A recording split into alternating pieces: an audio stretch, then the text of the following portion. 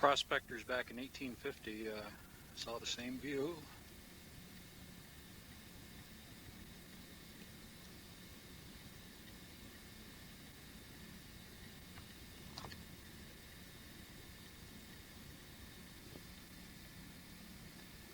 Well, our sunset isn't as spectacular as it was yesterday evening. We aren't getting our pinks tonight.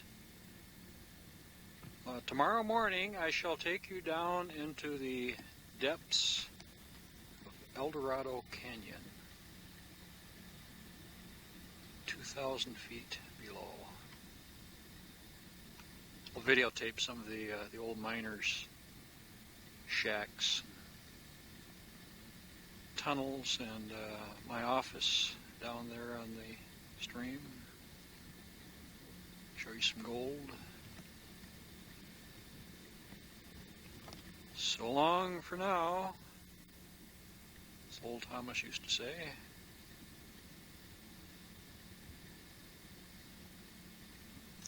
Well, good morning. This is Turkey Day, November 23rd. Looks like we'll get some rain. Red sky in morning, sailor take warning. Red sky at night, sailor's delight. The weather front moving in doesn't look like it's going to be as bad as I thought it would be, so I may stay here a little longer. I'll be running to town this evening for turkey dinner. So today we shall go down into the canyon. Supposed to have some sprinkles tonight.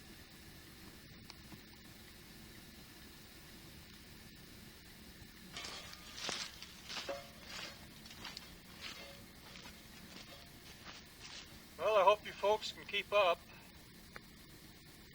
Everybody stay close. This is mountain lion country. Abdullah, you bring up the rear with the camera. You know how to turn it off now? I want Anthony right up here. Then Amber. No, turn the camera off, Abdullah. Abdullah. You'll never learn. Okay. Abdullah, you press this button right here. Right now we're walking through a thick area of manzanita bush. The stuff usually grows above 3,000 feet.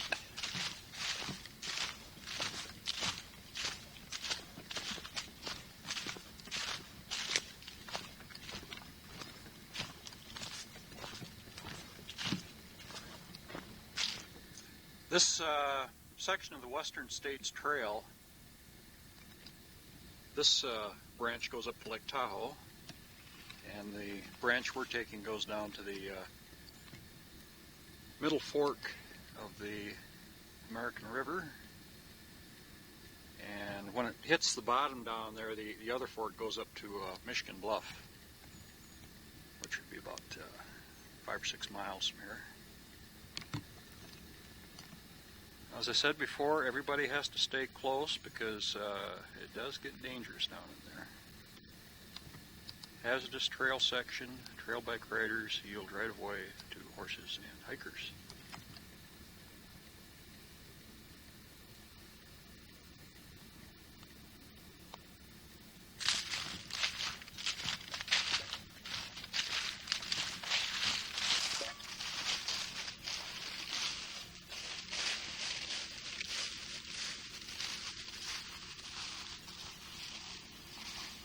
This section of the trail right here reminds me of the Appalachian Trail. When I was in North Carolina, I hiked part of that trail. We're still on the ridge top right here. When we start down into the canyon, it starts to switch back and forth. What you're walking on with me right now is the exact same trail that the early prospectors back in the 1850s used. Coming out of the canyon with their gold nuggets. And they'd go up to Deadwood up here to get their supplies, go back down for a couple weeks. You'll see some of the stone wall buildings they had down there.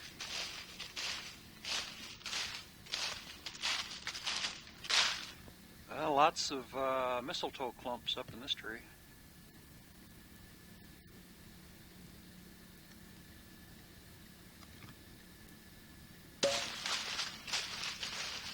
Well, there's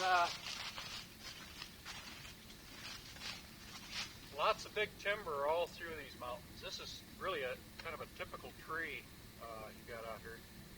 This is a ponderosa pine. Been through a few fires, windstorms. Possibly this tree may have been just a little sapling back in 1850. That's a big one.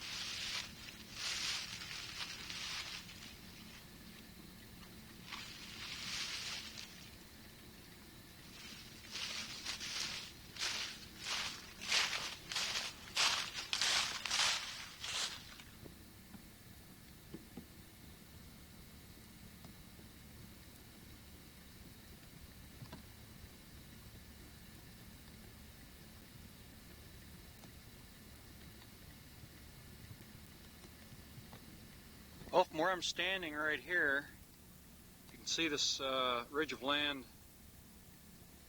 right here. This is called Codfish Point. I don't know where they got that name. Probably some New Englander. And this ridge here is Chicken Hawk Ridge, and then the one on the horizon, that's the Forest Hill Divide. Over on the hillside, you can see the scarring where they had gold mines. This particular valley right here was one of the richest in California, El Dorado Canyon. Had over 40 gold mines at one time. And it's really not that long. It's probably 5 or 6 miles. Down here you've got the east branch of El Dorado Canyon Creek. And over the crest of Codfish Point, you've got the west branch of El Dorado. Well, the trail starts dropping pretty steeply here, and it ends up going around this point of land and then on down.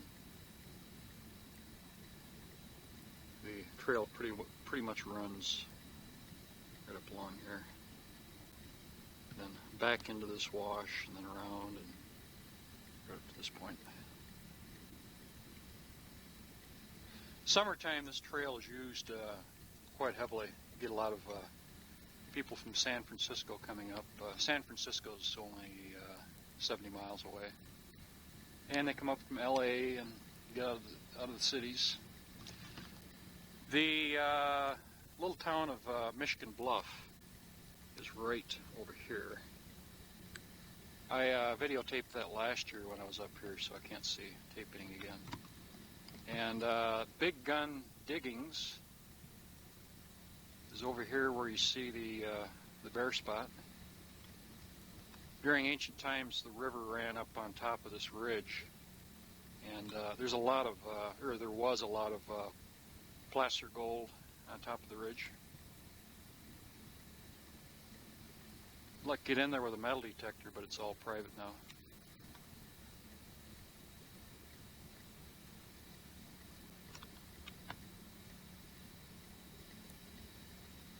That's approximately 2,000 feet down. That would be on a vertical plane from the top of the ridge, straight down 2,000 feet.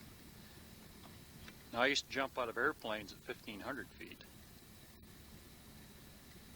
It's like being in an airplane looking down here.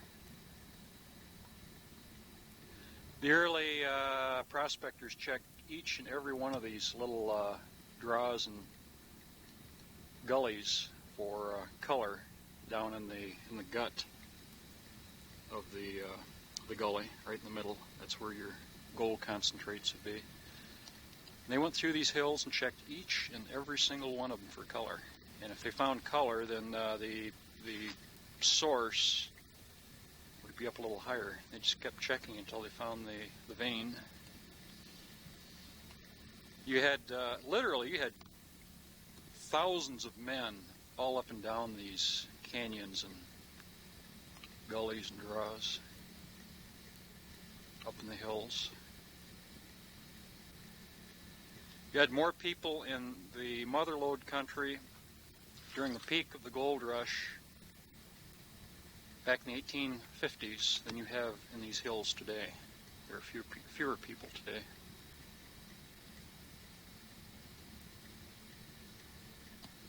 Well, we've come to our first switchback. There's the trail. To me, switchback is such a wasted amount of walking, but I guess they're necessary if you're going to get down the mountain in one piece. Pretty well cuts the angle of descent. Trail's been worn in here pretty deeply. Normally it takes me an hour to get down, but today will take a couple of hours. I'll be setting up shots. This is the only time I'll ever videotape this canyon.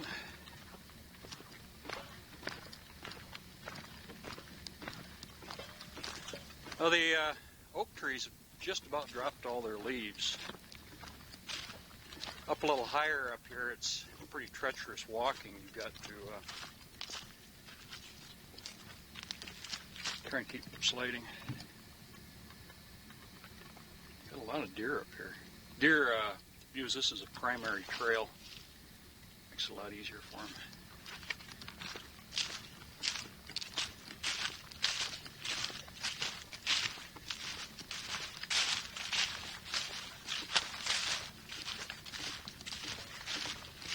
Mistletoe is about 3 feet long, 1.5 feet wide. Fill a bushel basket easily.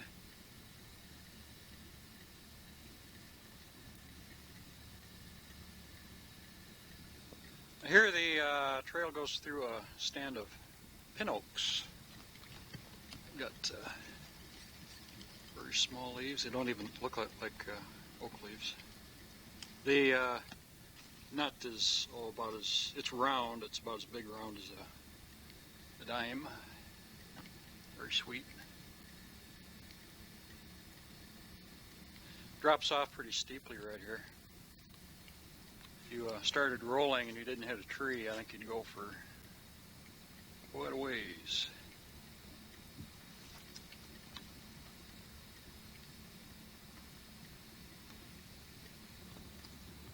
I hear the trail switchbacks, then switchbacks way over here, and you can see the trail down here. And I think it switchbacks again over here and trails further down.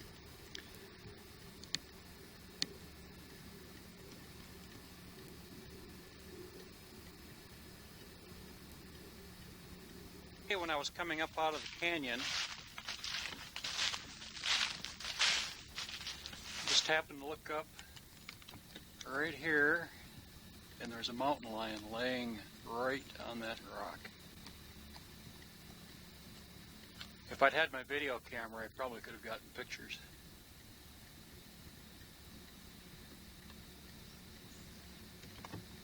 What I did, I reached down, picked up a rock,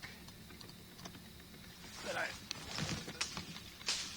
threw it up there, and I didn't mean to hit him, but I hit him right in the ass. He bounded up the rock up here. I think he probably uses this spot right here to ambush deer, because it's a perfect setup. He can walk in on these rocks, very little leaf cover. He can walk up there and not make a sound.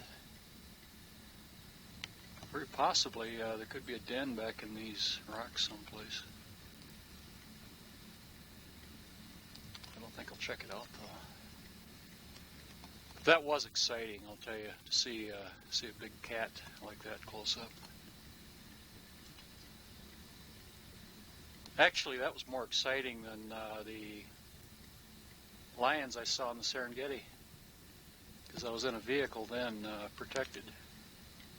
Here I was right out in the open. And what he does is probably lays there and he hears a deer coming and just takes about a 20-foot leap. Good ambush site.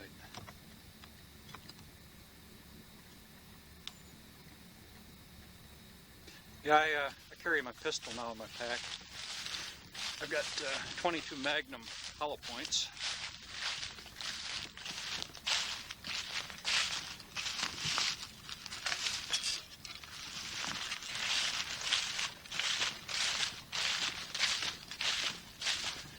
You know, when I take these trips in the backcountry and I've got my video camera, I'm never really alone, because a week later, when you folks get the videotape, you're in effect, you're traveling with me. And I really enjoy that thought that I'm sharing my adventures. And I go to a little extra effort to bring you quality programming.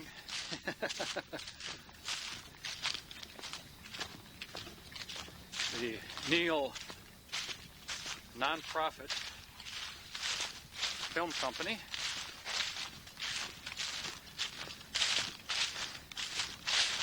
almost like public broadcasting station. Here you can see the big cuts they made for the different mines. Each mine location had a name. I don't know the name of this one.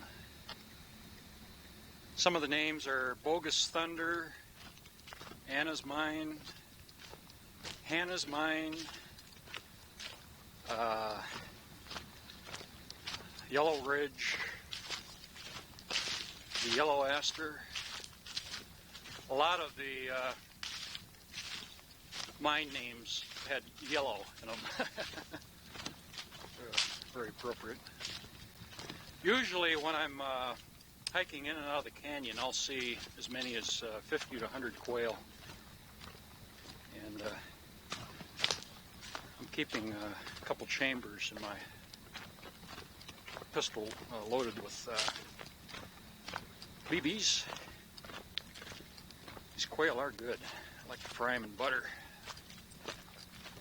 Slice all the meat off the bones. It takes about 3 to make a meal for one person. Generally, they don't fly. They'll kind of scooter along on the ground, and they're always making a little peep noise so you know where they're at. Geez, with a shotgun, you probably get half a dozen with one shot. They tend to stick pretty close together. Look around for lions here.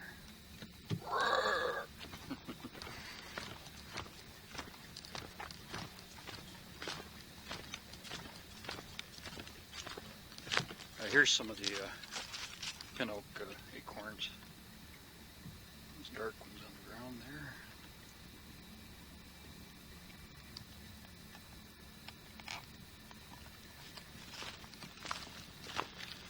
There are quite a few chestnut trees along these slopes too. Occasionally there'll be a big silver dollar sized chestnut laying in the trail.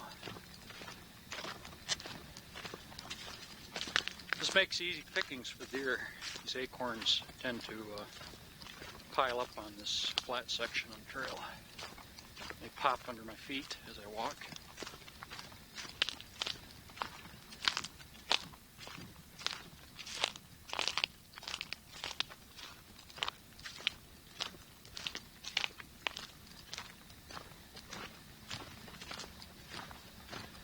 Wind right now is out of the southwest, And that big storm they're anticipating is coming out of the north. And there's a high pressure system off the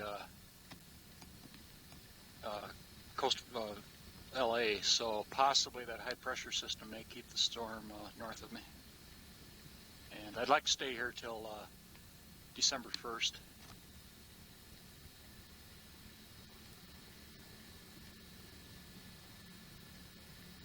There are many sections of the trail where the early prospectors would blast out sections of rock. See how rounded all of the stones are from all the travel. There's some deer tracks here. This is a regular highway for deer, used very heavily. Oh, they have mule deer and they have black-tailed deer in this area too.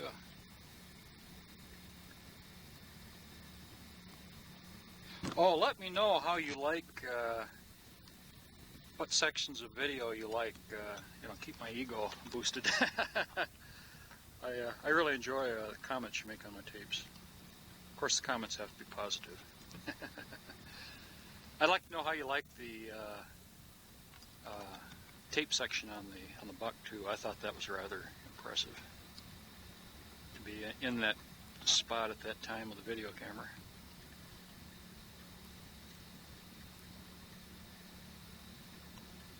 Here you can see the length of Codfish Point.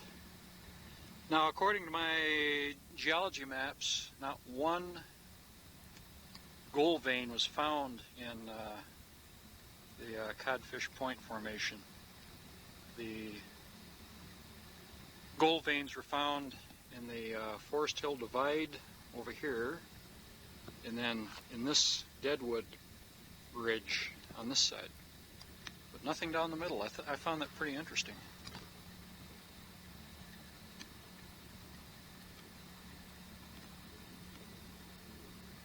Every time I come up to a blind curve like this in the trail, I always think of that Remington advertisement where the guy's leading his horse. It's probably the 1850s. There's a grizzly just around the corner.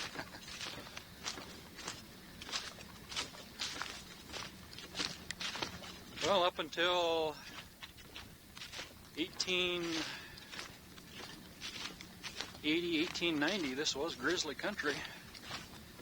I think the last grizzly shot in California was up near Wairika in Siskiyou County. 1890s it was shot. I think I sent that article up to Dad.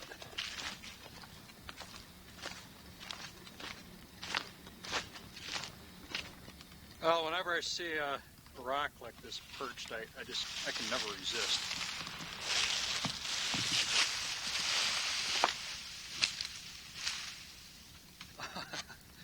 Well, didn't go very far.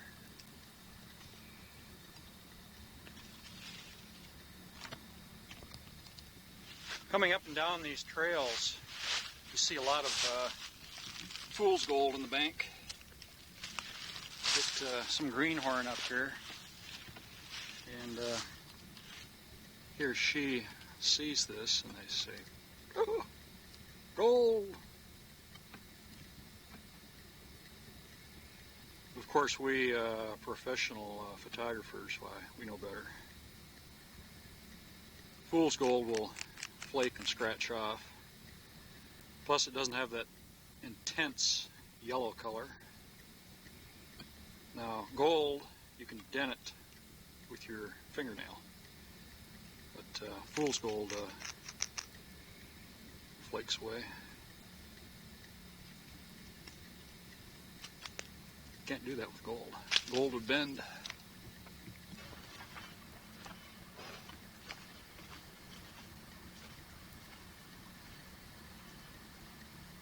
Well, it's starting to warm up.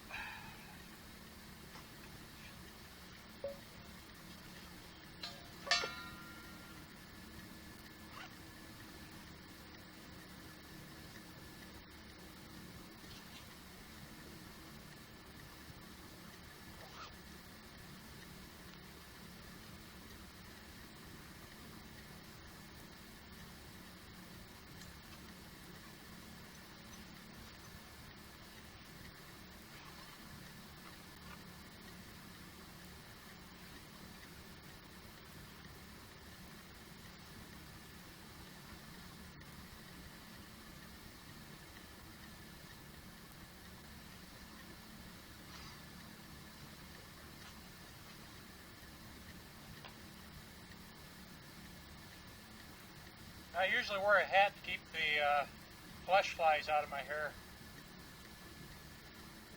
I like it when it's cool though, you don't have the flies out at all. All I can say is thank God they don't bite. This old pine here has given up the ghost.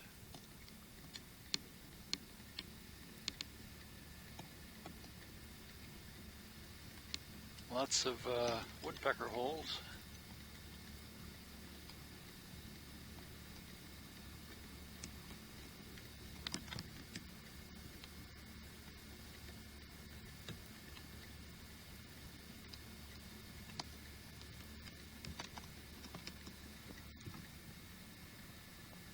Had a pretty good forest fire roar through this section of the ridge right here. You can see all these big trees. They're black and up to, I would say, about 40 feet. You got charring. Well, I'll tell you, with a flame like that, nobody could survive. Once these fires get a wind behind them, they can outdistance a man. Now this tree here, it's blackened up to this height. I like this section of the trail right here. It's not steep at all. It kind of cuts across the tongue of the slope. It's more like a Michigan walk.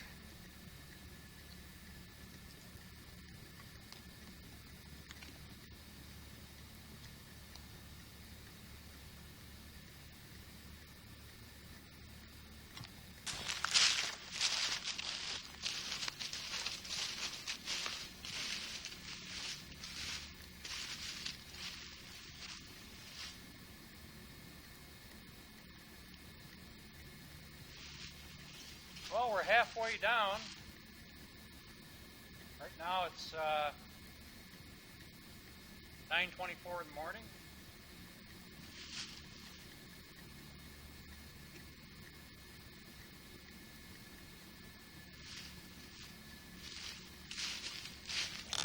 Well, here's halfway spring. Someone put some stonework around it. Place to water the mules, the hikers, horses. These ferns right here, this is the only place on the mountainside I've seen these because of the water.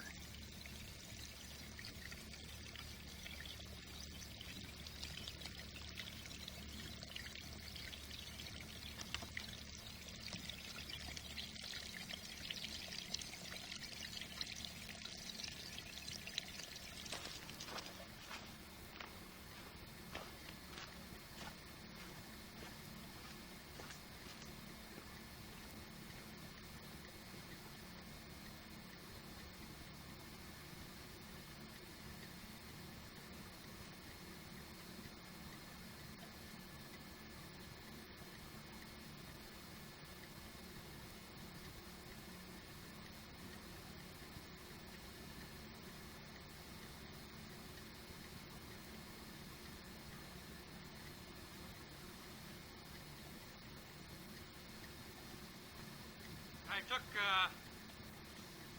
all my mining equipment down 2 days ago. Just leave it down there. Saves a lot of work hiking back up and forth. I just saw something I've never seen before. Standing right up here in the trail was a silver fox. Stood there for about 5 seconds and then went right down. God, that was pretty.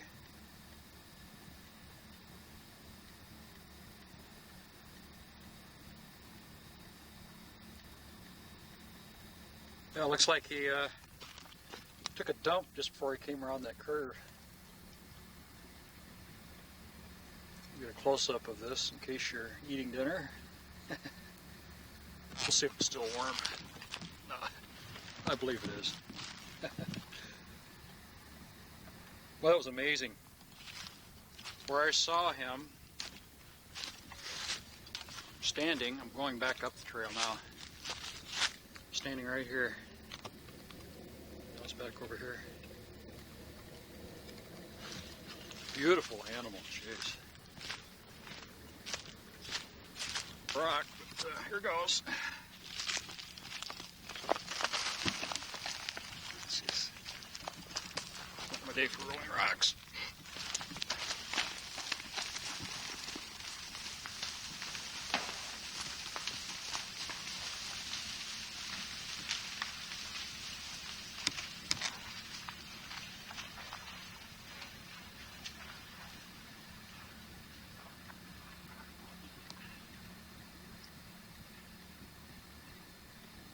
You can still hear it. These berries are pretty right here. I'm not sure what kind of a bush it is.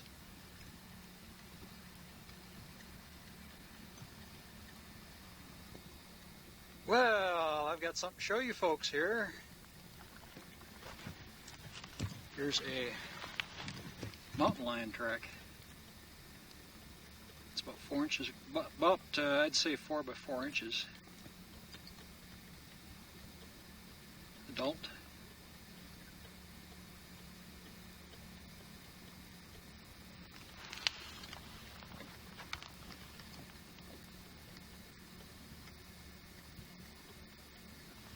I wouldn't want to meet one on this trail in the dark. They've had quite a few attacks here in California in the last few years. Generally, it's children. The mountain lion mistakens a small child for prey.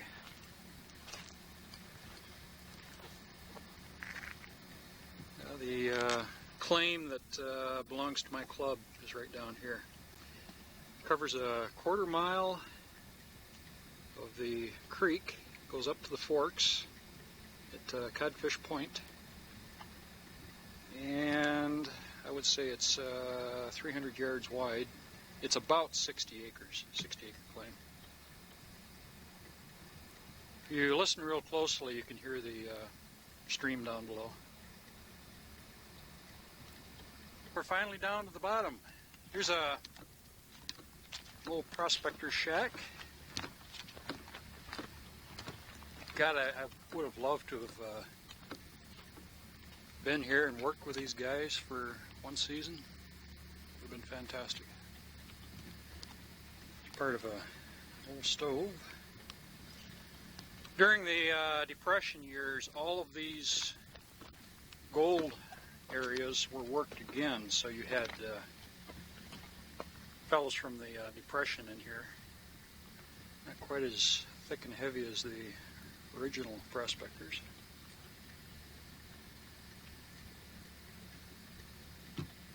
Yep, here was the doorway. I'm going to bring my metal detector down here, do a little metal detecting. It's really appalling the number of miners who were killed. I've got those old books, and they tell of all these incidents. Falling rocks, mudslides, just all kinds of ways they died. Disease. Down here is the old bottle dump. Found some pieces of bottle down here the other day. So I shall definitely check out this area. Those old bottles are worth pretty good money, especially if they have a figure or design embossed in the base of the bottle. Here's an old piece of stovepipe. These tin cans right here are probably Depression years. Of course, there's a Coors can, which is a little more recent. This looks like it might have been a trail one time. Going down. Here's a piece of equipment here. It says NCP 6. Looks like part of a wood stove. Oh, here's something. So here's light.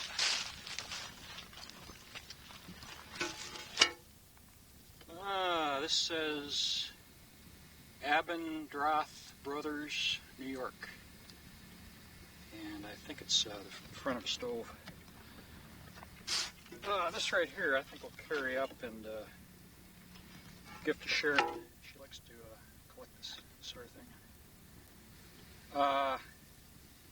Matthew's dad found a piece of iron that had a name stenciled in it, and he put that on a piece of old wood. Looks nice. Yeah, I'll definitely take this up. Put it over here so I don't forget her. Face down.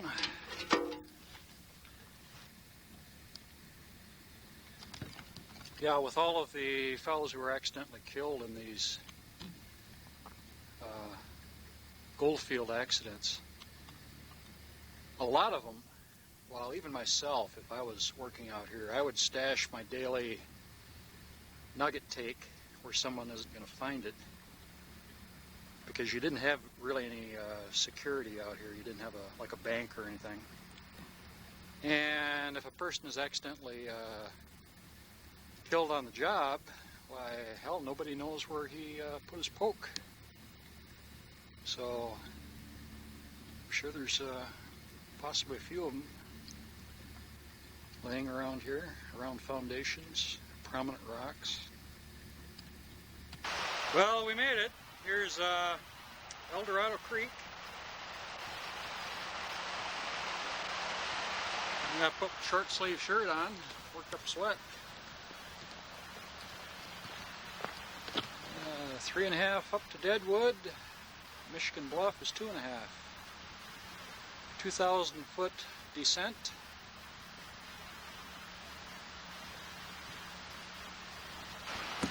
There's still a lot of gold here.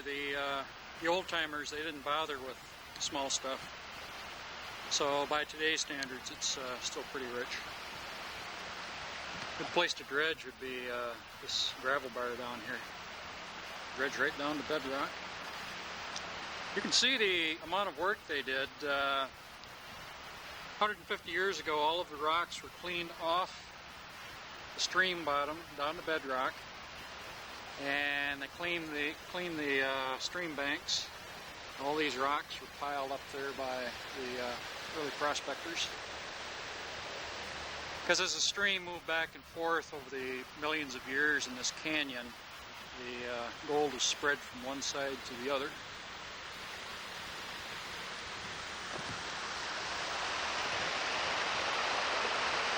This would be a good place to dredge too. Got bedrock here, stream gravel down in here.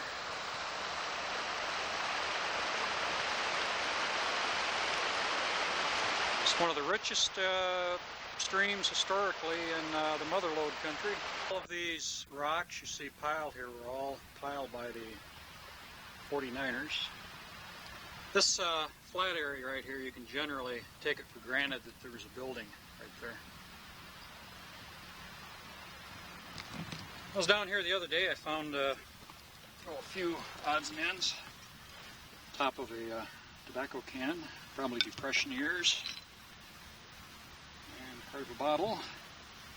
Don't see any, well, there's a bubble. Generally, a bubble will tell you it's older than Depression years. And here's an old whiskey bottle top, cork bottle, probably 1850s. Be nice if they would have left these in one piece. They're worth some pretty good bucks today. I've seen some of them go for $200 or $300. The real fancy ones. This would be a good area to metal detect in. As they broke tools too, like picks and shovels, they just throw them down. They get covered up with rocks as they worked. They probably found a dozen shovels from the 1850s. Building site right here. You can see part of the foundation wall. Plus it's flat as a pancake. You'll have to remember that when they worked this valley, all of the trees, all of the brush, all of the grass, all of the vegetation was completely ripped up and burned. So the whole valley looked like a battlefield, completely stripped of all vegetation. This area here, somebody put a little dam in recently, and they were working into the bank. Probably had a sluice box set up.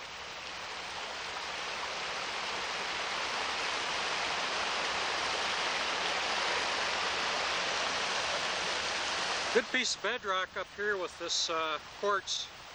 Now, on the downstream side, there'd probably be some pretty good gold in those rocks and gravel. Because when this thing is in flood, when there's a good snow year, it might be, oh Lord, 20, 30 foot deep. So it's moving gold, boulders, cobblestones. This piece of bedrock here with all the quartz seams is a real good gold trap.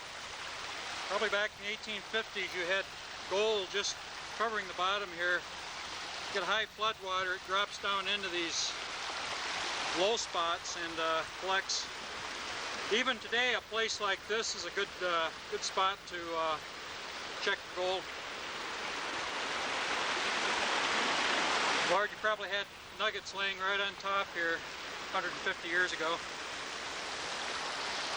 This is a good place to dredge, right on top of bedrock.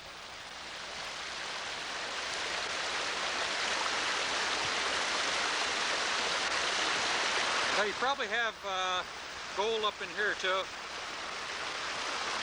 High water mark.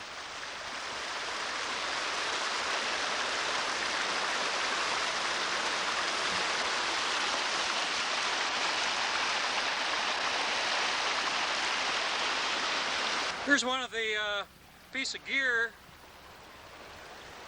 that was used in the big bucket line drag lines they had up in here. That's how they could move those big boulders. They'd have like a steam shovel bucket on the end of a cable, and they'd drag that through and rip all the rocks off the bedrock. And they'd get hundreds of miners down in the stream, pitching out everything else, shoveling the material, the bedrock stream bottom material into big long sluice boxes that were built down through here. And that's how they got the gold. Usually the stream water would be diverted way upstream and it'd run off along the other side of the canyon. This would be pretty much dry so the guys could work in it, and then they have water running way upstream here through the sluice box, which would be several hundred feet long, made of wood. This crack right here today would be a good place to check for nuggets. Take a sledgehammer, you break that open. Now you could have some good sized gold pieces in there. Because that gold will settle clear to the bottom. If you don't break it clear to the bottom, then you're missing out. Now here's some fool's gold right here. Yellow stuff. It could just as easily be the real thing too. This is definitely fool's gold here. But your real gold could have been in here, but it wasn't. Right here you've got a little iron staining.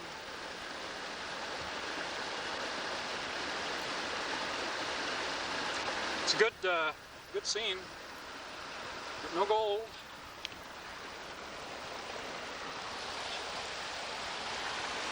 And here you've got more iron staining, pyrites. Well, here's Eldorado Falls. This falls here is about 8 foot high. and this one's about 3. This cut right here in the rock probably was Fort Knox at one time. Gold is probably several inches deep below the falls. God, this must have been heaven back in 1850.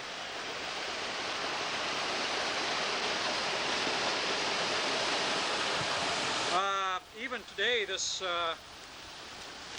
bedrock here, it's all solid bedrock. It could be extremely rich. You could have ounces and ounces down in those crevices. Very shallow here. It's only about 3 foot. It's the kind of work I could do here without even using air. Just a wetsuit, face mask, snorkel. The water temperature here right now is 47. The water temperature up at Beaver Creek was 53. Of course, it's probably warmer here during the summer months. 50, they probably had to move all the rocks out of this chasm. It's probably full. Probably didn't have the waterfalls in here until after it was cleaned out. Now your rocks are probably several feet deep in here.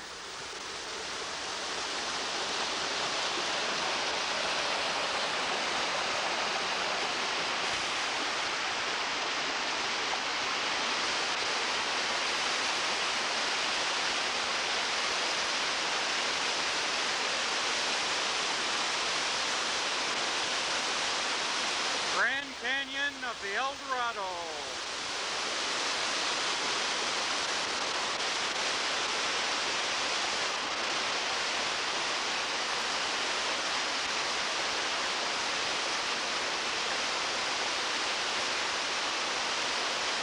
An old encampment at one time. There's a campfire ring here, campfire ring there.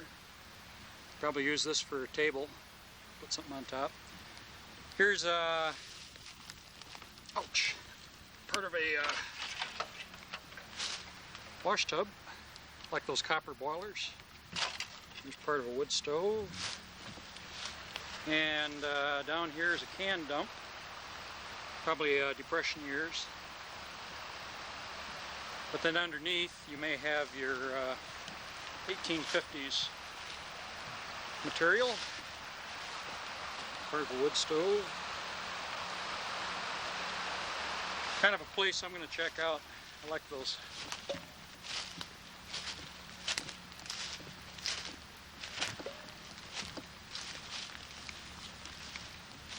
Nice flat area for a tent, for a shelter of some type. Yeah, they pile up all these stones here too. This campfire hasn't been used in quite some time. These are good places because many times they buried valuables about a foot down underneath. This may have been used as a seat by a 49er. This piece of mineralized quartz there. This is a clay marker tree, probably Depression era. They had their claim papers in the can. Moved a pile of rock here. The pile's about 25 feet high. Somebody deserted camp here, left pretty messy.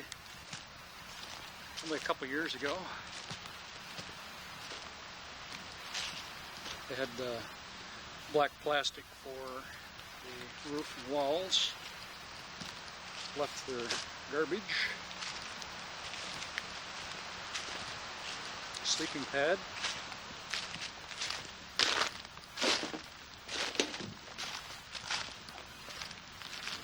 They left a little tapestry. Picture of a mountain goat.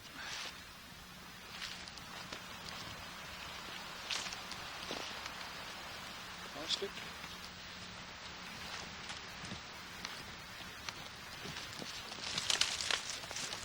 They had a clothesline here. They left all of their laundry, pants and towels, quilt.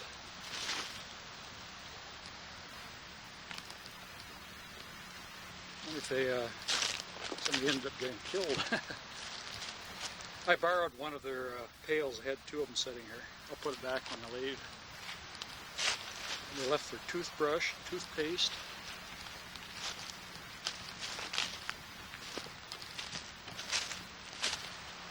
What a mess.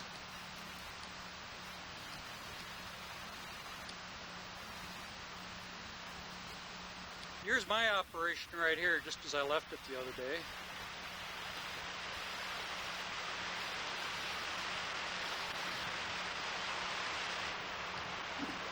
I'm working this area right here around these tree roots and up on the bank here.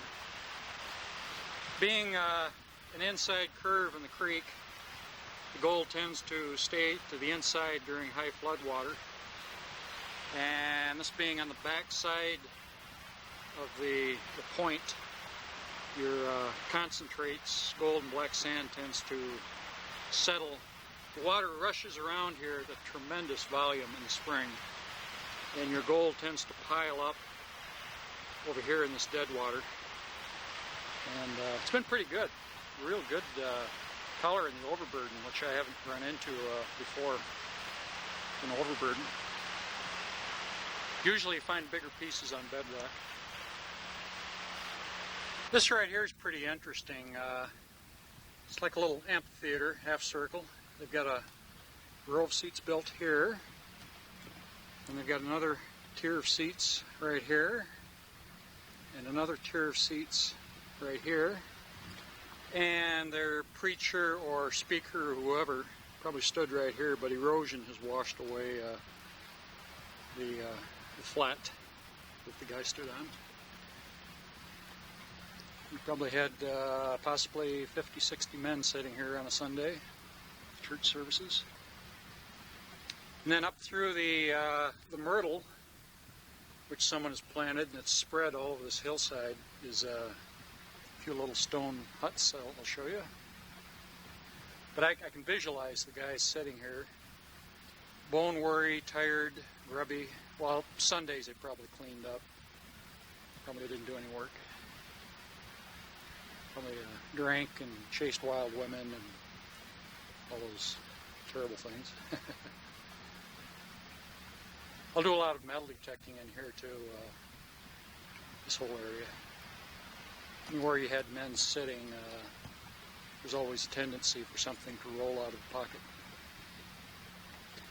Although I found that most of the old prospectors carried change purses, and there wasn't much of a chance of losing change unless you lost the whole purse.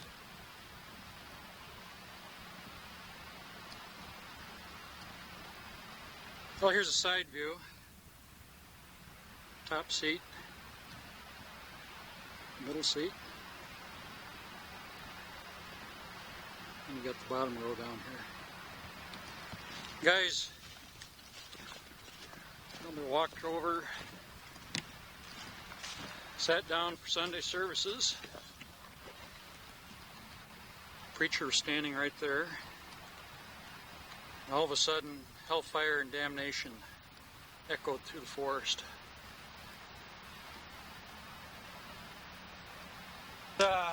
One of the stone structures. One time it had a sod roof, about 2 foot thick. That caved in. This is probably a foot deeper at one time. We've got a slab of schist rock up here for the support. And they had some others up there too that have fallen down.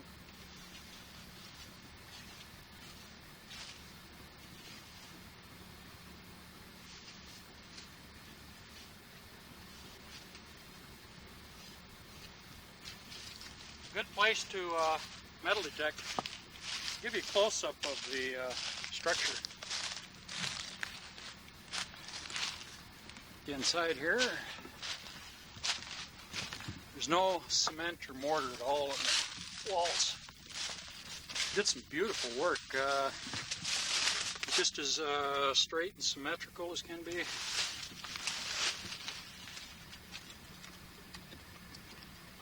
Boy, I sure would have liked to have heard some of the conversations that took place in here.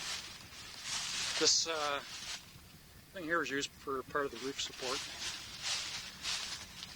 I would say this is probably 150 years old.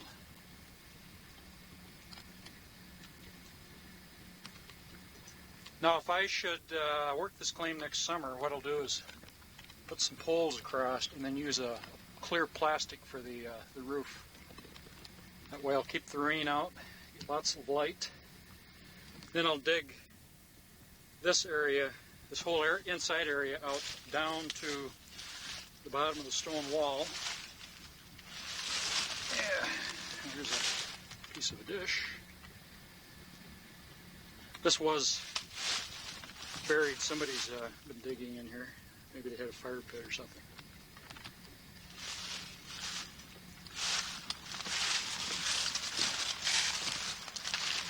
Give you an overview.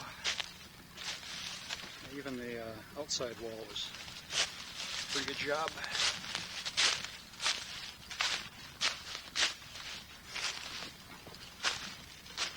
Now the walls are over 3 foot thick on both sides, keep out the cold.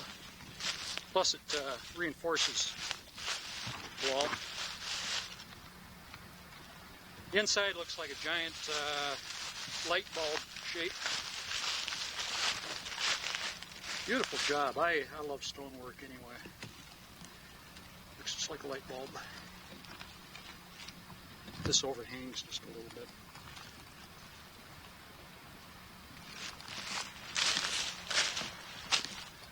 Well, next time I come down, I'll have my metal detector.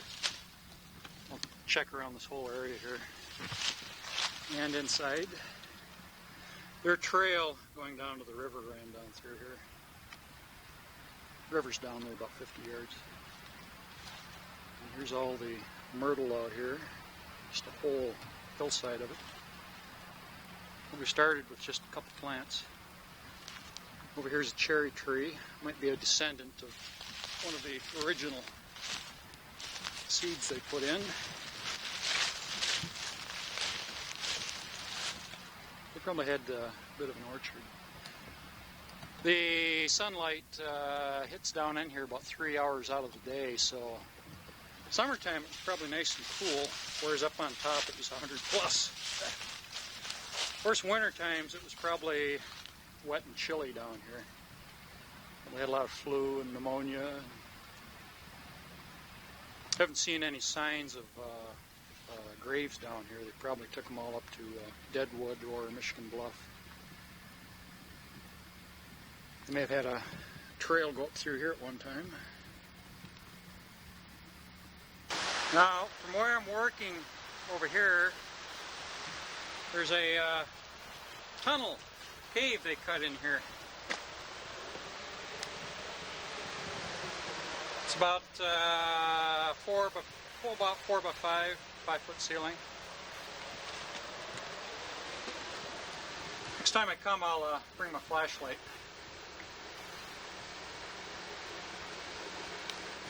Up in that cave right there, there's probably rotting sacks of gold nuggets in the back end.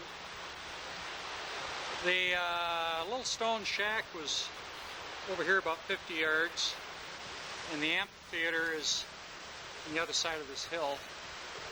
So there was a lot of human activity right in here. Must have been pretty rich on this bedrock. These cracks down in here really entice me. I'd like to break those open next summer. See what's wedged down in. Although this one right here looks like the front edge has been broken off already. Somebody's checked it out. You see the break?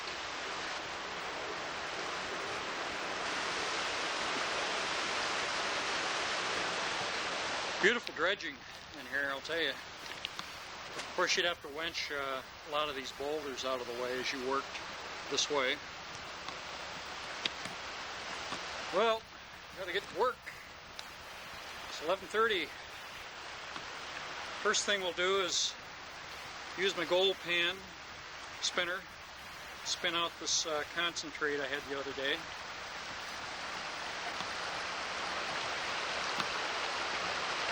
I made a little dam all the way across here. I put my sluice box in here, and then I moved some of these boulders and diverted the water through here, so as I dig up these tree roots, it swishes away the muddy water. And I've had a few gold pieces I've picked up right on these big slabs of rock here. And plus I'm also working this ancient river bed material. You can see how mineral stained it is, kind of a rusty color, brown. Nice little pieces in here, wheat size, corn nugget size. We'll find out how much gold dust we got here the other day. It's lunchtime.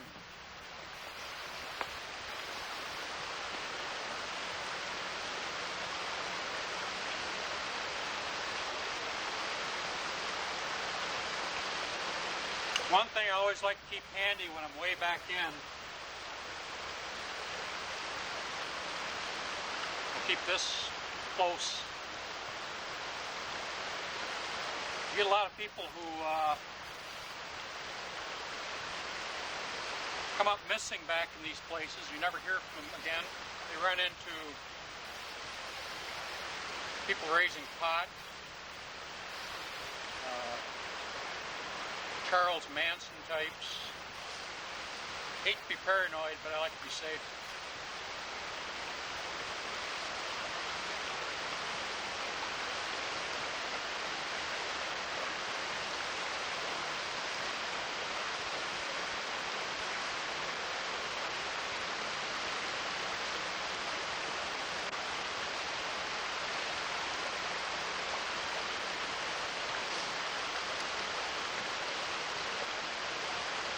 I use the stream water.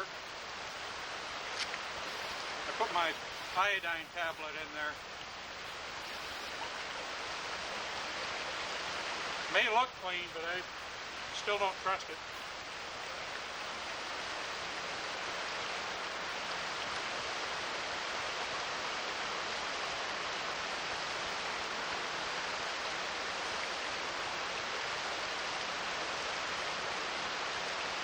Tastes like iodine. You can see why Dan liked the packages of Kool-Aid sent to him in Vietnam. Put that Kool-Aid in here and make it taste halfway decent.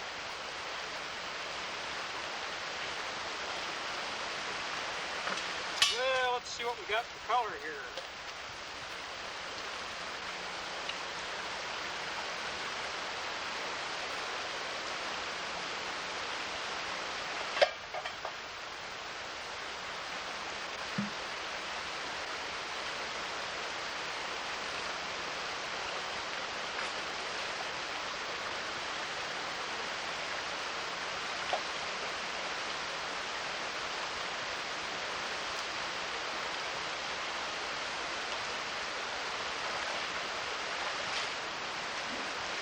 Didn't have my rubber boots the other day, so I had to build a little causeway out to my sluice box to keep my feet from getting wet.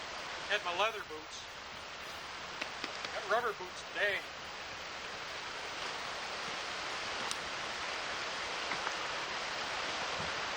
See that little gravel path I made out there? Sluice box is right here. I'll probably sluice for a couple hours today and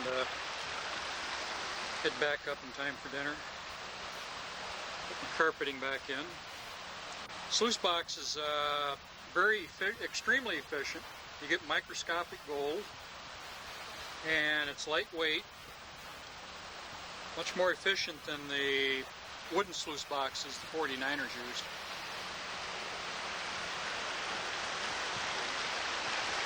You know, I haven't seen one trout in here. Beautiful trout water. There's a hellgrammite larva on the bottom. No fish. Kind of wonder if this goes dry some summers.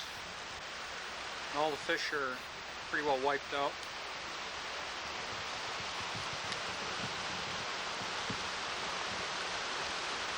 Well, I just panned out the concentrates from the other day. Pretty good color.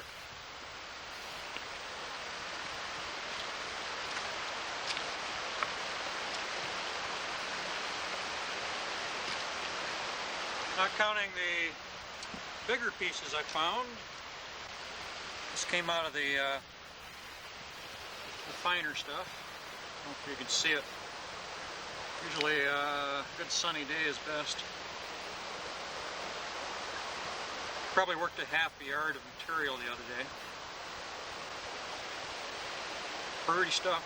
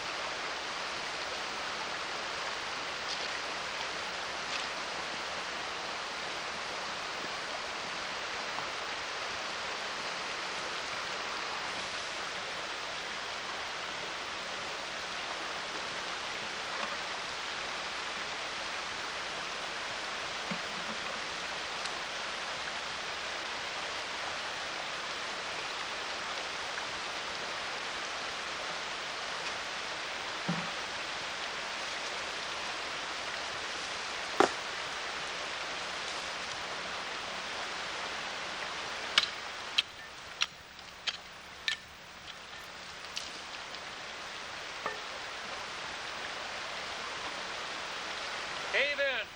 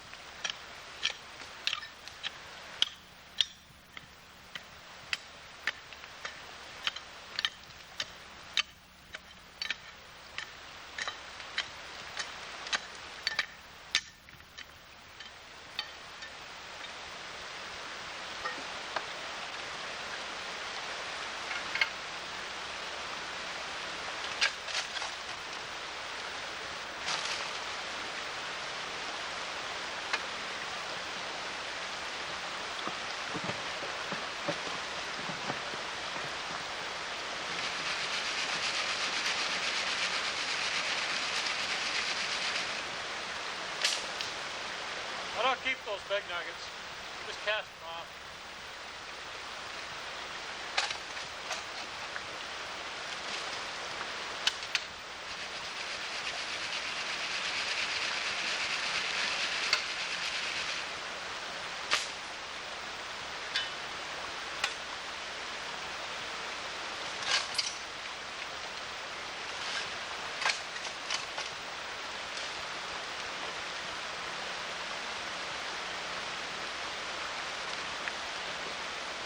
Fill the 5-gallon buckets half full. The other day I think I worked 10 full buckets.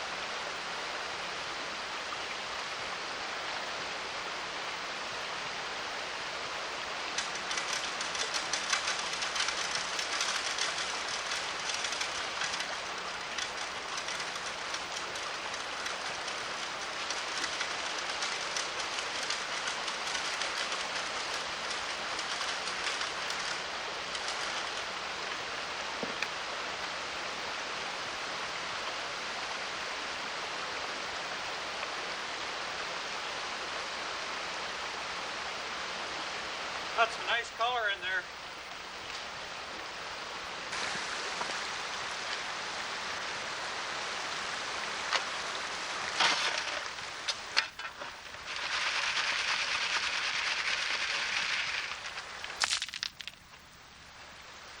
These big rocks, if I don't sift them off, they end up in the sluice box. Then the water velocity around the rock, I lose a lot of fine gold out of the riffles. We'll run a metal detector over this and find bigger nuggets if they're in there.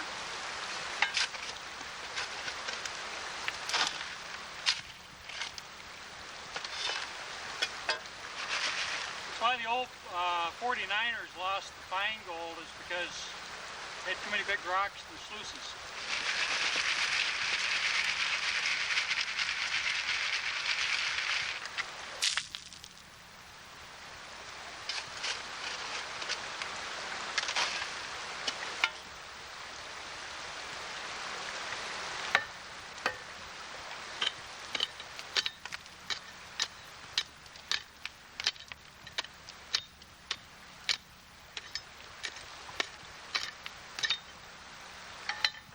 Pretty good color in this material.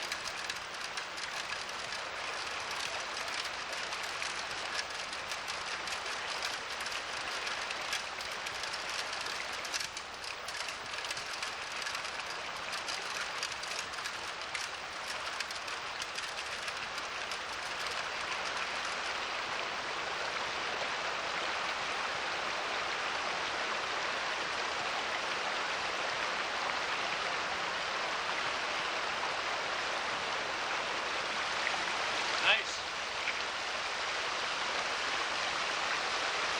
Nugget resting right there. Gold is so heavy, even this real stiff current won't move it.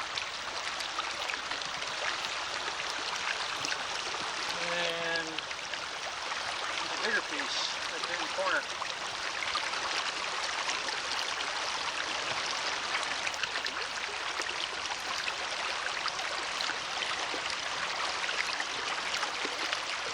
Beautiful.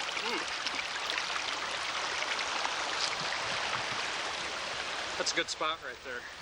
Keep working her.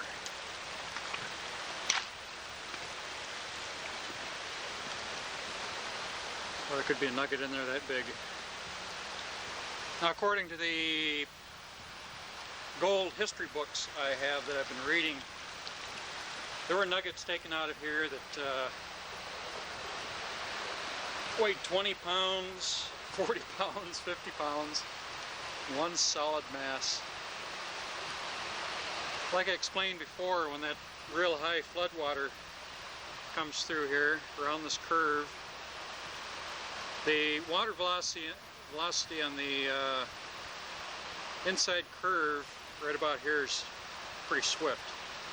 And then you get on the back side of this rock pile that the 49ers put in, your water becomes slack right here, dead, and then it puts this gold-bearing material through here.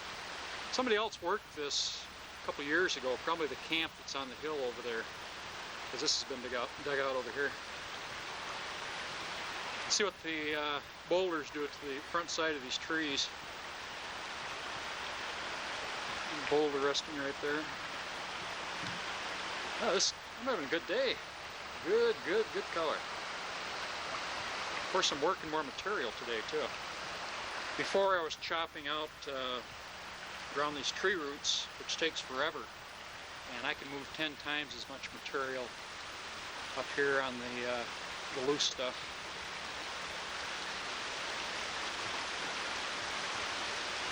I just finished cleaning out the sluice box.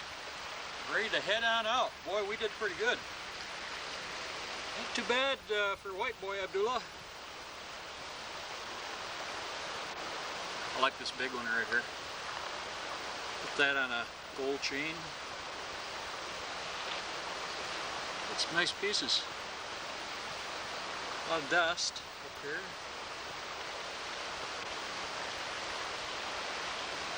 It's a beauty.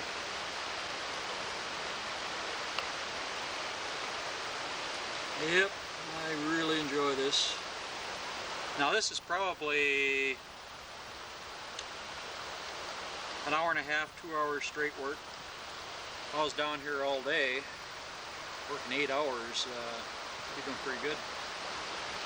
Well, time to head out. About 3:30 right now. Getting cool. Clouds, or the sky's pretty cloudy.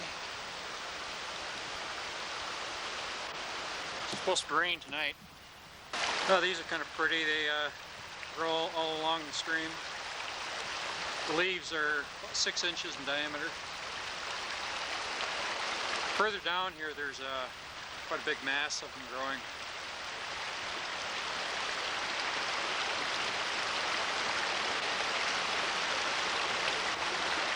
Well, I'm going to give you folks one last look around. This is the last time I'll bring you down here. Video camera will stay back up in the camp when I come down. I put my all of my equipment way up here. There's no telling if we get a good rain how high this water would get. So just to be safe, put her above the water line there. Well, this has turned into a little glory hole right here for me. What I did, I hit some bedrock here. That's a good sign. I'll just keep following this back and might come out with some real nice pieces, big ones.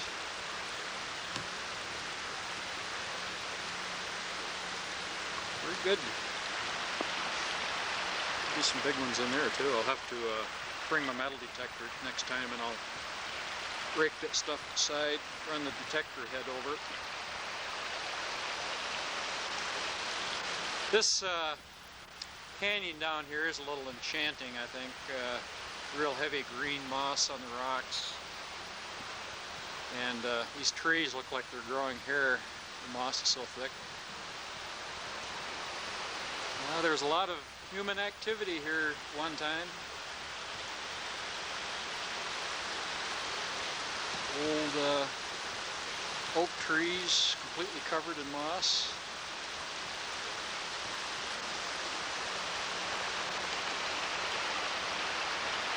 Should have been back here in 1840. Beat the rush.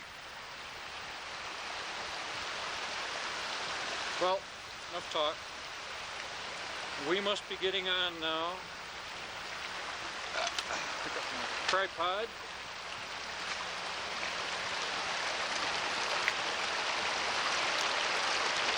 Take one last look back here. Got everything. I use my tripod for wading staff. See my tailing pile right here.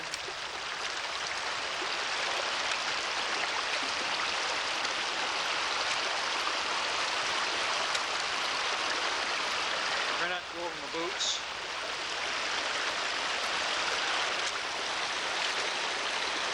Those wool socks tend to really soak up the water when they get wet. But they still keep the feet warm.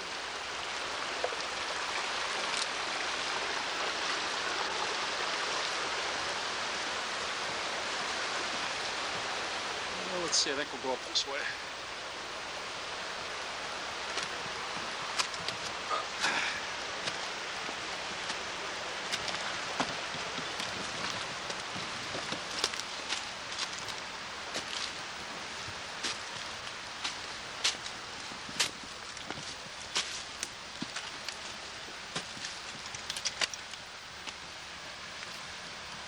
1, 2, 3.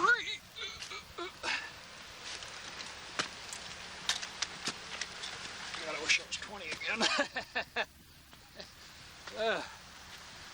Made her. There's LMSC camp. If I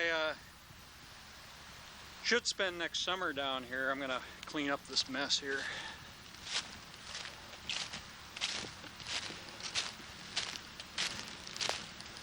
Well, the way things are left, I kind of wonder if maybe somebody bit the dust. Left a lot of clothes and a lot of good stuff. I found a red and black plaid shirt way out across over there on a rock. Pretty good shape. Extra large though.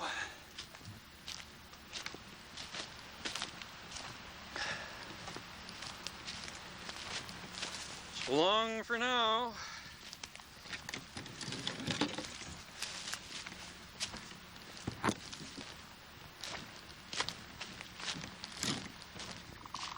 Black quail.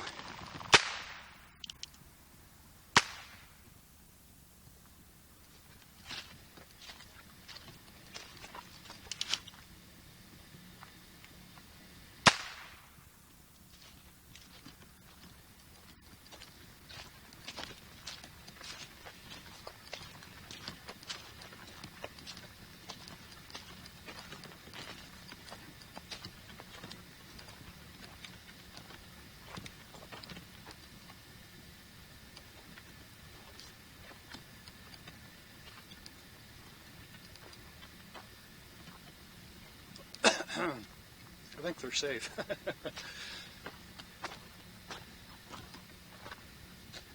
I saw one go down up here.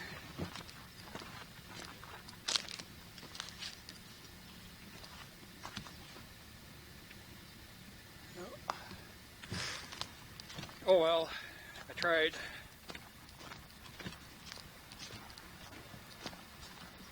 Now there are about 10 or 15 of them are in this bush here.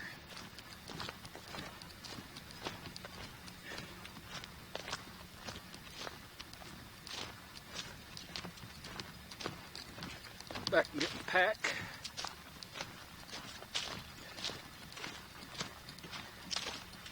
Would have been something if I'd gotten one. Using a pistol while videotaping. Have to be a first. That was fun. Well, good morning. November 28th. Take a last look at the Granite Chief Mountains for this year. Well, I'm leaving Dan's home site here, heading for Southern California, warm temperatures. Dan's going to start building his house after Christmas. He's got his tool shed out here.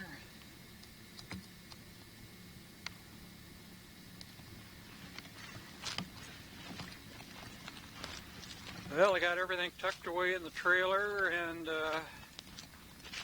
all hooked up, gassed and ready to go. Boy, I kind of leave here with a little bit of a lot of sadness. I've had a great time with these people. Treat me just like part of the family. Well, this morning Sharon and Matt stopped over and they brought me some Christmas gifts.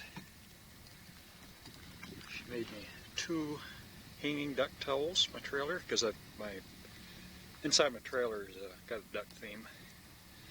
She makes a lot of crafts like this for crafts fairs. and she made me this little crystal prism. She makes a lot of these. I'll hang this above my bed. And Matt made me a wind chime, which I wanted. This will hang out in the Mojave Desert on my canopy rail, so I can hear it at night. It's got a good tune. And they gave me a Christmas card. It says, being friends with you is like being given a precious treasure. Knowing that you get to keep it for the rest of your life. Thank you for all that you have done. Good luck and Merry Christmas. We will miss you and hope to see you next year. You always have a place to stay with us. Matt, Sharon, and Dan. I think Sharon really appreciated me because during my off times when I wasn't working down in El Dorado Canyon, I'd go over and do a little work on their place. Dan doesn't have time. He's a contractor, and he's just completely swamped with all of his building. So I tinkered around there a little bit. I enjoyed doing it. Keeps me busy. Kind of miss a place of my own to work on, and really enjoyed fixing things up. Plus, Dan really appreciated it too. Well, I gave him enough gold dust for 2 wedding rings. They're getting married in April. They're going to have rings made. There's a local jeweler that does that work.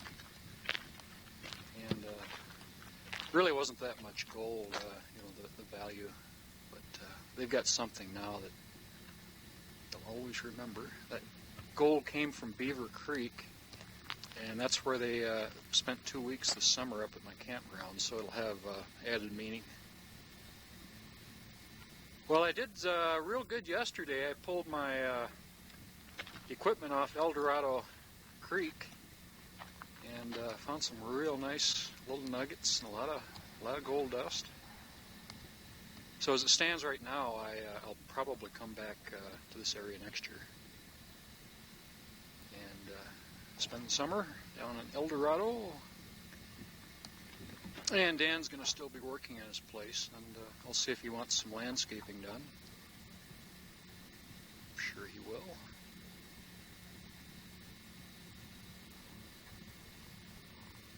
So long for now. Pick this up and hit the road. I hope to make Barstow today, but I'm in no hurry. 29th. This is Wasco, California.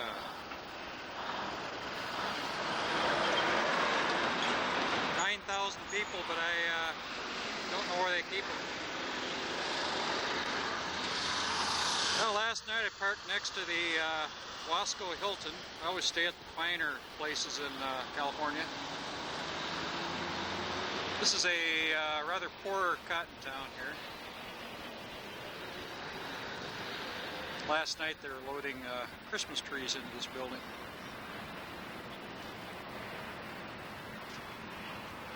This place is about 20 miles northwest of Bakersfield. You see a cotton field over here on the other side of the road.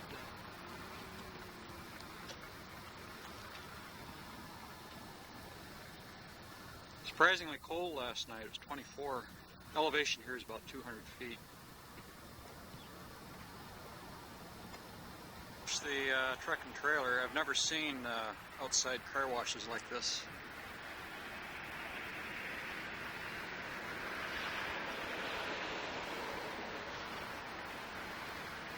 I just pulled off Expressway 5 and about 40 miles north of Los Angeles,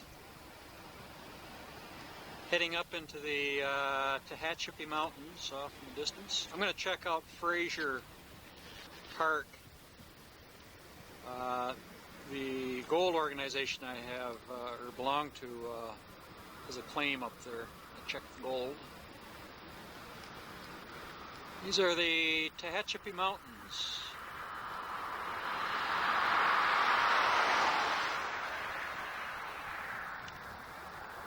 Now, 100 years ago, it would have been crystal clear, but there's so much burning and pollution from autos and everything else, you just can't see them. And up north here, they're the Sierra Madre Mountains. This is cotton country. Just about all the fields are devoted to cotton. Some sheep, some flocks of sheep, a lot of newborn sheeplets. If you didn't have irrigation here, you wouldn't be raising anything because the unirrigated land is basically sagebrush. Well, I'm going to head up to that pass right up here. It's called the Grapevine Grade. Good expressway, though. Just finished washing the truck and trailer up at Shafter, California. Did my laundry there, too.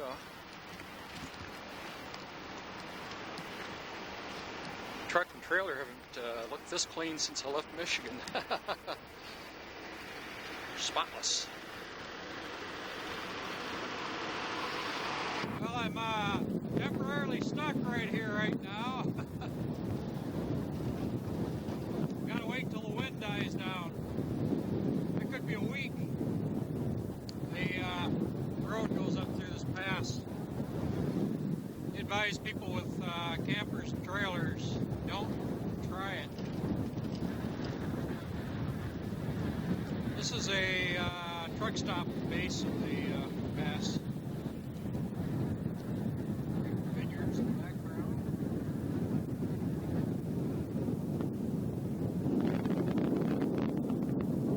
Wind's probably hitting 50, maybe 60.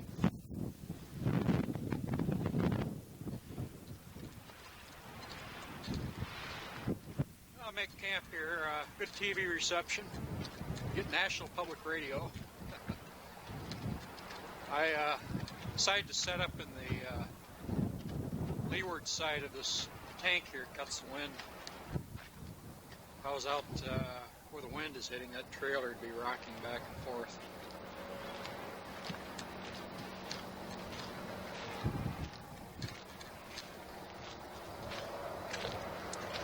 Usually the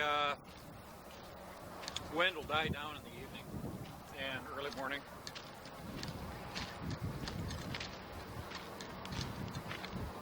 Somebody dumped a load of oranges over there. Pile of them.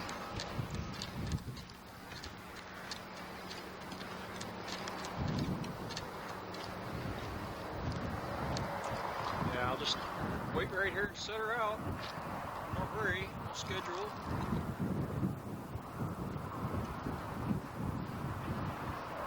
Now these are the southern Tehachapi Mountains.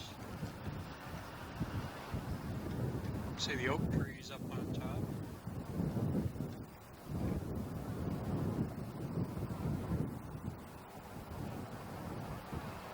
Here how this pass compares to Tehachapi Pass where I normally go through. This one is a little higher.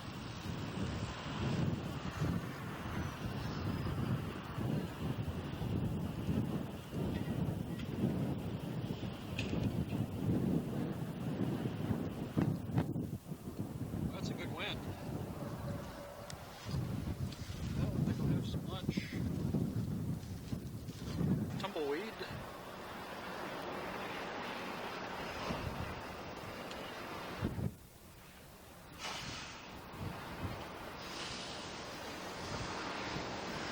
A load of Oregon Christmas trees heading for LA.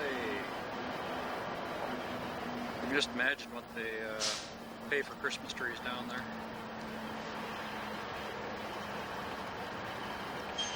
Well, they don't raise their own. It's too dry.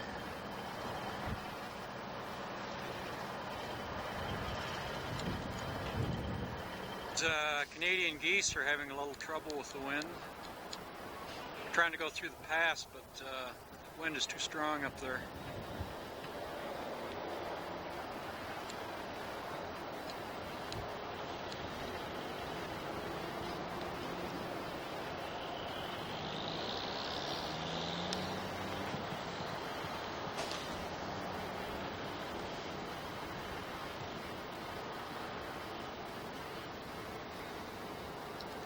See the dust in the air. Hardly see the mountains. I think the geese can land.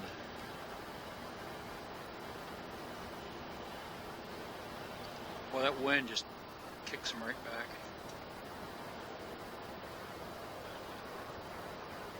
Can't gain any leeway.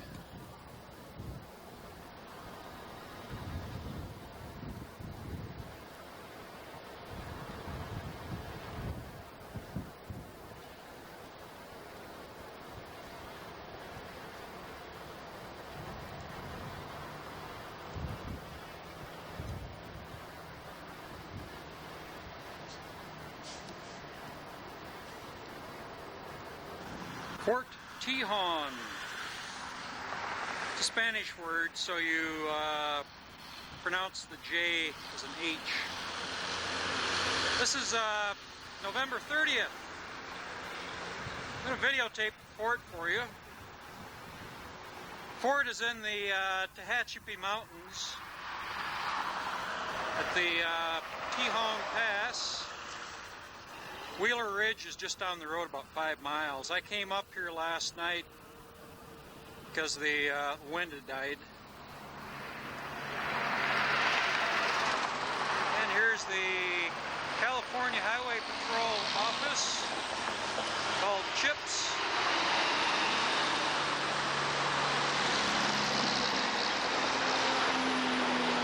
You really don't sleep here at night. The truck traffic is really incredible.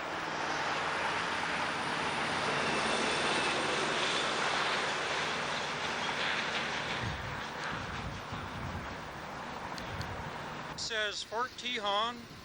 This military post was established by the United States Army on June 24th, 1854 to suppress stock rustling and for the protection of Indians in the San Joaquin Valley.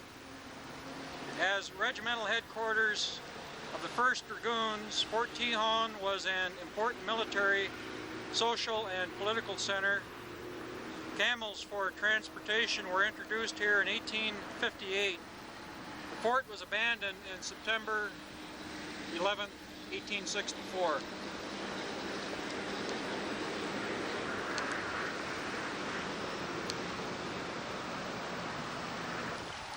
This is the park headquarters building. It's quite a spring right here. If the spring hadn't been here, the fort probably never would have been built, this location.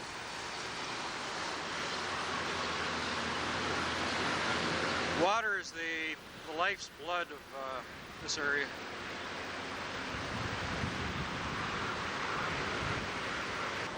On the muzzle of this canyon, it says, or cannon, it says 1863.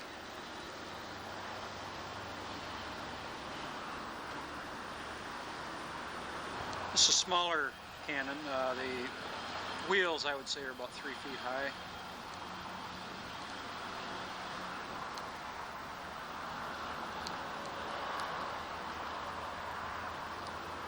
Now here you had the band quarters, built in 1855. This building was headquarters for the 1st Dragoons and the regimental band. At that time, regimental bands might have as many as 20 men and 1 or 2 chief musicians. Usually hired under special contracts, band members earned an average monthly salary of $14 to $16. The building stood in this area right here, this tall grass.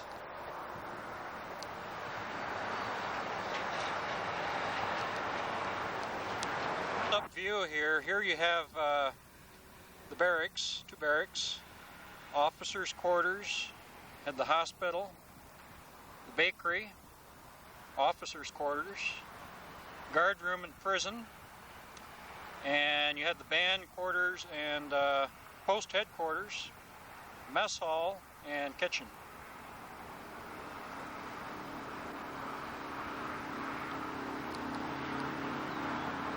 Here you have the company flagpole, the woodpecker on top.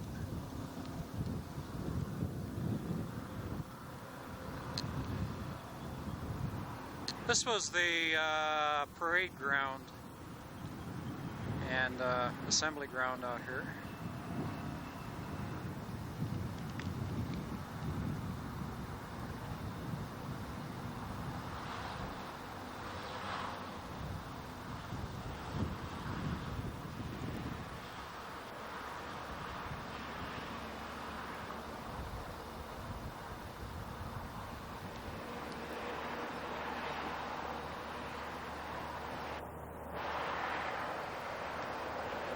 You have a picnic area.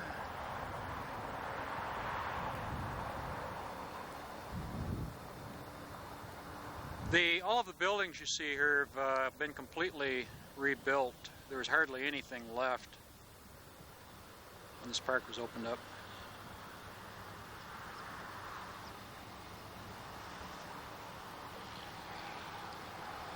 Commissary building, officers' quarters.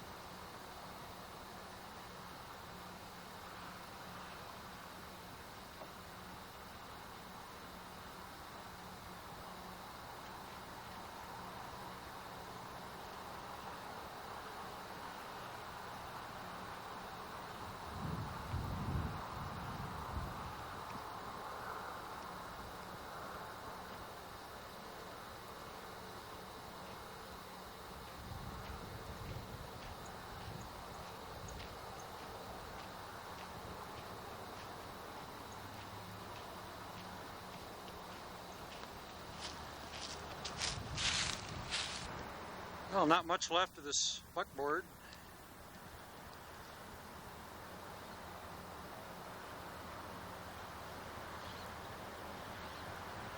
They have steel trash cans inside these barrels for trash. I like these old hinges.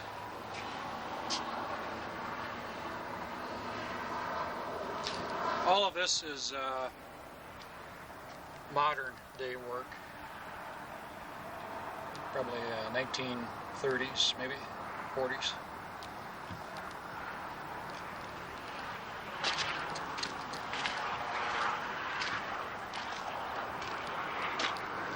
I looked by some of these postcards, but I guess they're closed today.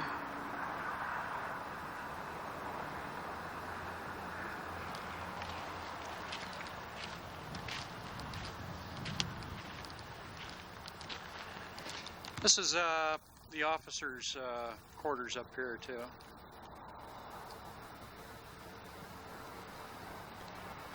And the enlisted man's quarters is in the background.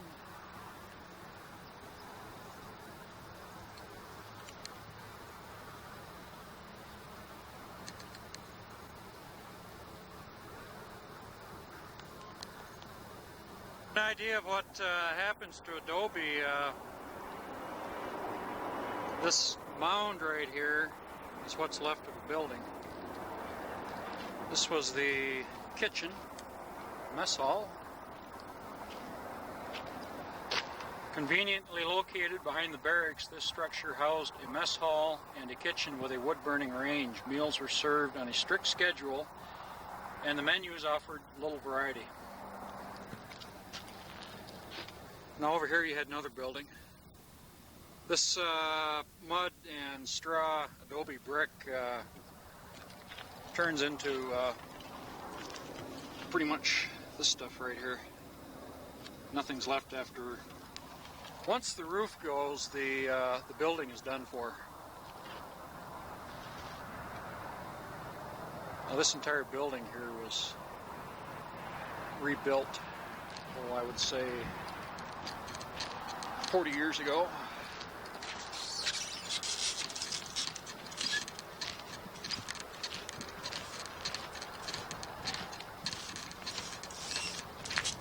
Here you had a uniform room. See if we can tape through this glass. Try to. You have uniforms hanging on hooks in here.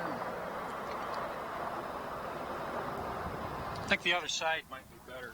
The light won't hit the glass.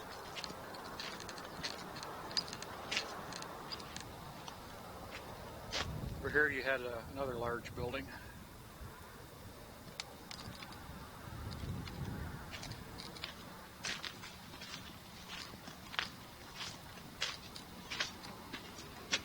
Oh, here we go. Yeah, they have uniforms up on the shelves, and every summer or Sunday during the summer they have reenactments. They have men and women in men in uniform, and the women are dressed up in period costumes.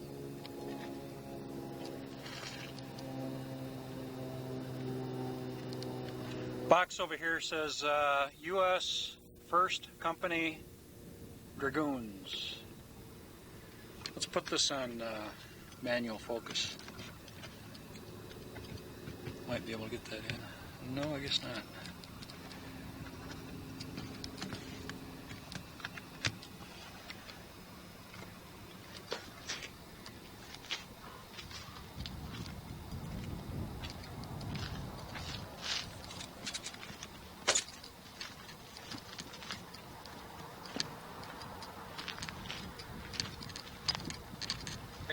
The second barracks building was designed to shelter 50 to 80 enlisted men between 1900 and 1940.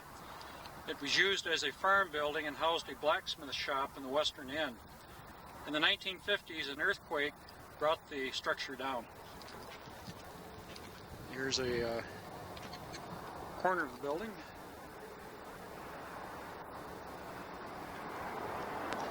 This, what I'm learning here, when I'm looking for these old adobe buildings, and the building itself is completely gone, I'm going to be looking for these mounds right here from now on. I never realized that when I'm looking for some of these old ghost towns that I should have been looking for something like this. Now I know. It'll be easier for me to locate buildings and ghost towns. Here's a centipede, or a millipede.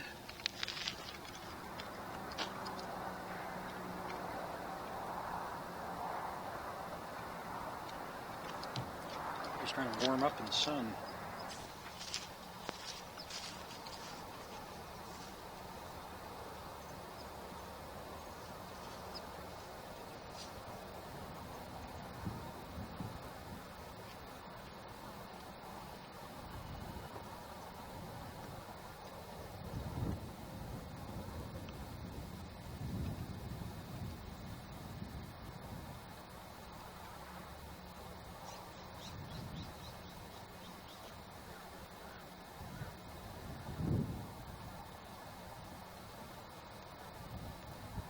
This was the commanding officer's house here.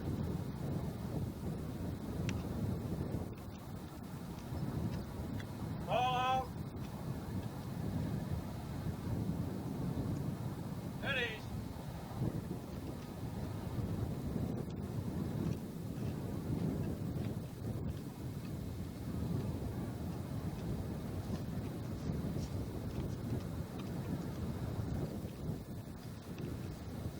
drop down and give me 10 push-ups. I don't think they did that back in the 1850s.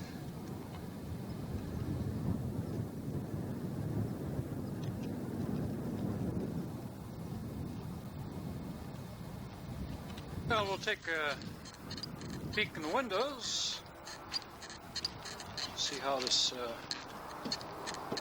officer lived.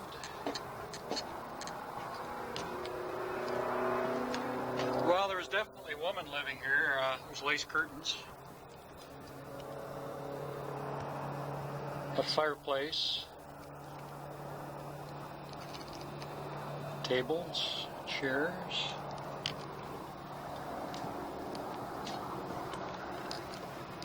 Candle on the table, plastic fruit.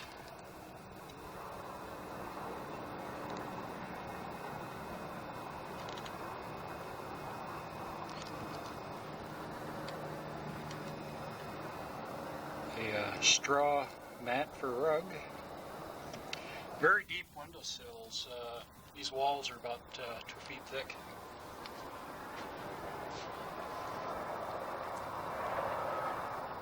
Give you a close-up of the adobe walls. You see straw in there, sand, clay.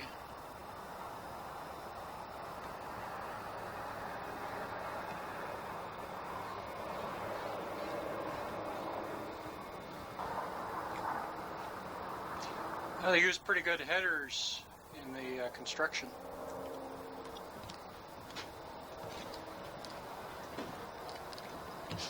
It's quite a doorway entrance. One time they probably had glass on either side of the door.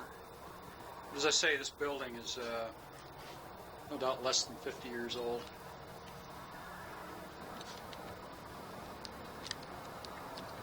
They did use square nails in the reconstruction, but the nails are newer. I picked up a couple off the ground. The buildings were reconstructed using pictures that were taken back in the 1860s.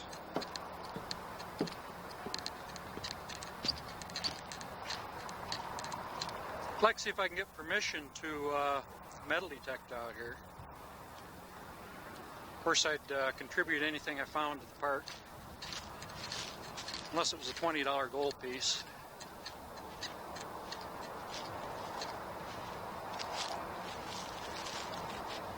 Well, what you're looking at right here, the surrounding terrain is what they saw back in the 1850s and 60s, every morning when the guys got up, and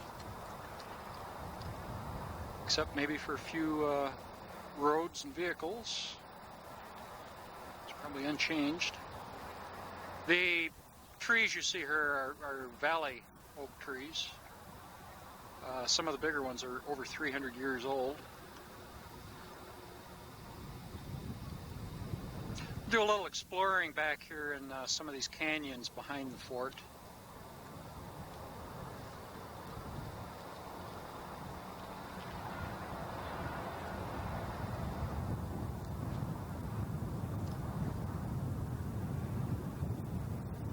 The officers' quarters.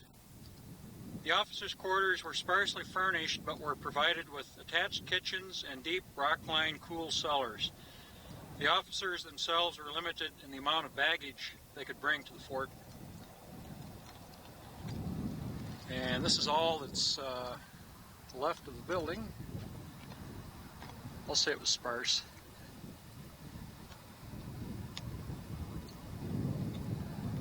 Over here you have what's left of the chimney.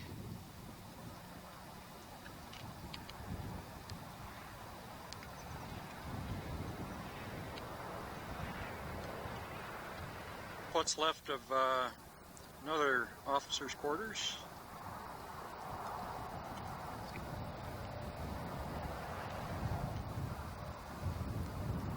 These raised areas at one time were walls, crumbled away to dust. Another officer's quarters building.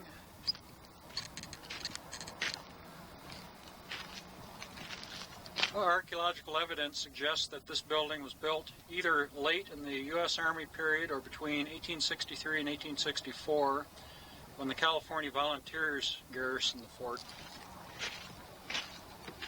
The wire was put up to keep people out. They were carving their names and what's left of the plaster. Had a fireplace in here. See if I can zoom in on it and bring it out a little bit.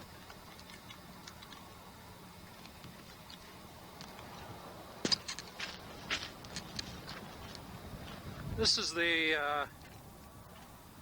back area of the commander's home.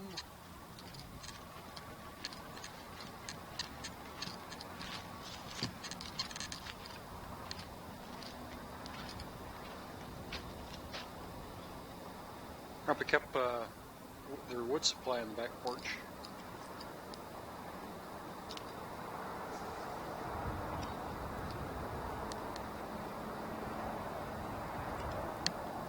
They've put a lot of modern day reinforcing on this building. Keep the walls from tumbling down. Wouldn't take much of an earthquake to ruin these buildings. The Post Commissary and Ordnance Building. The Post Commissary was located in the west end of the hospital building and issued provisions and ammunition. Officers were allowed to buy provisions here.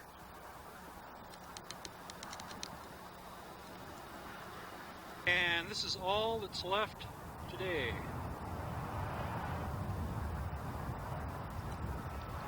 So you can see what 120 years can do to adobe.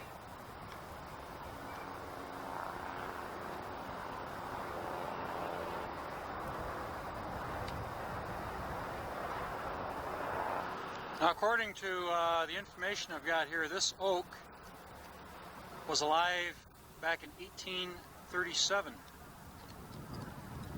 And at the base of the oak was a grave, the grave of Peter Lebeck, who was killed by a bear on October 17, 1837, probably a grizzly.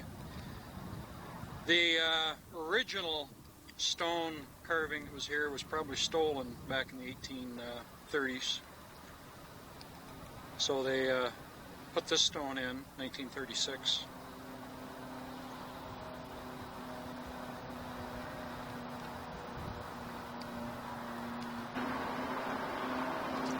This tree here, valley oak. Some of the valley oaks found at Fort Tejon are 300 years old. A strong wind toppled this oak in the fall of 1986.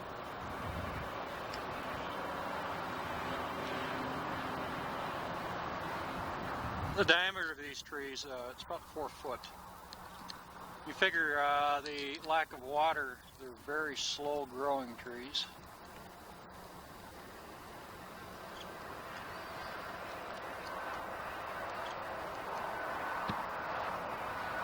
Here you had another officers' quarters building, and if you didn't look very, very closely, you would never know that the building was here. See the raised areas where the walls were.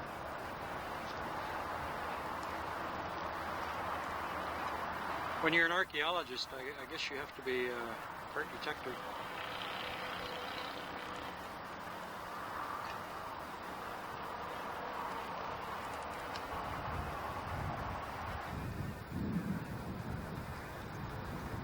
I'm going to climb this ridge right here and give you an overview.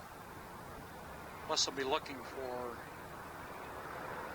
artifacts. So the next shot will be up at this location. Right here.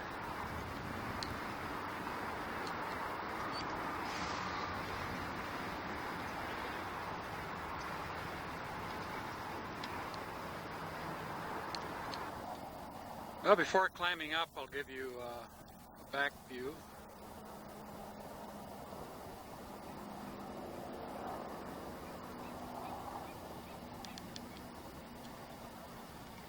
The Tehachapi Mountains here consist basically of elevated sea bottom, sandstone, some later volcanic activity.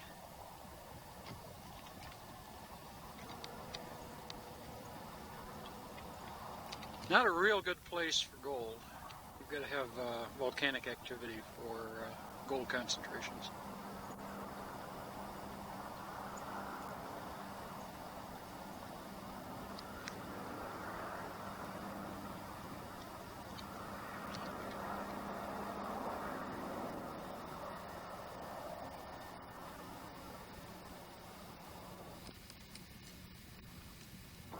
Off in the distance you can see the smog-filled San Joaquin Valley.